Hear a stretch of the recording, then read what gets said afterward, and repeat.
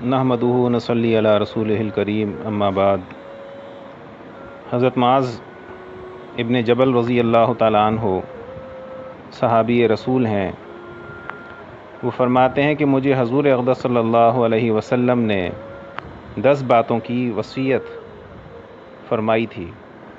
Number 1، اللہ تعالیٰ کے ساتھ کسی کو شریک نہ کرنا، گویا تم کو قتل کر دیا جائے یا تم کو جلا دیا جائے۔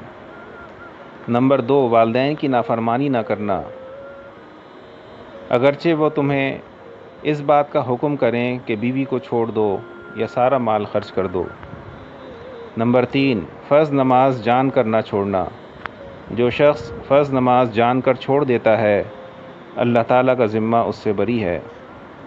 نمبر 4، شراب نہ پینا کہ یہ ہر برائی اور فحش کی جڑ ہے۔ نمبر 5، اللہ کی نافرمانی نہ کرنا کہ اس سے اللہ تعالیٰ کا غصہ اور قہر نازل ہوتا ہے۔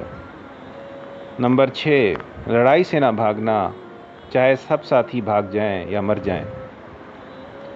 نمبر 7، اگر کسی جگہ وبا پھیل جائے جیسے طاعون وغیرہ تو وہاں سے نہ بھاگنا۔ نمبر 8، اپنے گھر والوں پر اپنی طاقت کے مطابق خرچ کرنا۔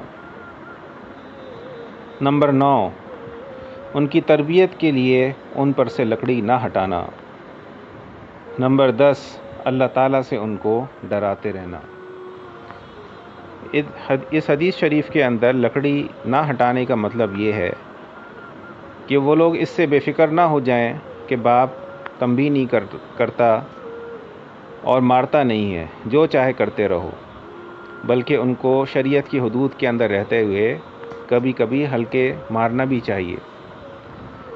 آج کل اولاد کو شروع میں تو محبت کے جوش میں تنبیہ نہیں کی جاتی ہے، پھر وہ بری عادتوں میں پختہ ہو جاتے ہیں، پھر والدین روتے پھرتے ہیں، حالانکہ یہ اولاد کے ساتھ محبت نہیں، سخت دشمنی ہے کہ اس کو بری باتوں سے روکا نہ جائے اور مار پیٹ کو محبت کے خلاف سمجھا جائے۔ بھلا کون سمجھدار ہوگا کہ اس کو گوارا کرے کہ اولاد کے پھوڑے پھنسی کو بڑھایا جائے، اور اس وجہ سے کہ سرجری کے اندر نشتر لگانا پڑے گا اور عمل جراحی کروانا پڑے گا، اس سے بچے کو تکلیف ہوگی، تو کون سمجھدار ہوگا کہ وہ پھوڑے پھنسی کو بڑھتے رہنے دے؟ تو جو سمجھدار لوگ ہیں وہ اپنے بچوں کو تنبیہ بھی کرتے ہیں، اور اگر کبھی ہلکی پھلکی مار کی ضرورت ہو تو اس سے بھی پیچھے نہیں ہوتے۔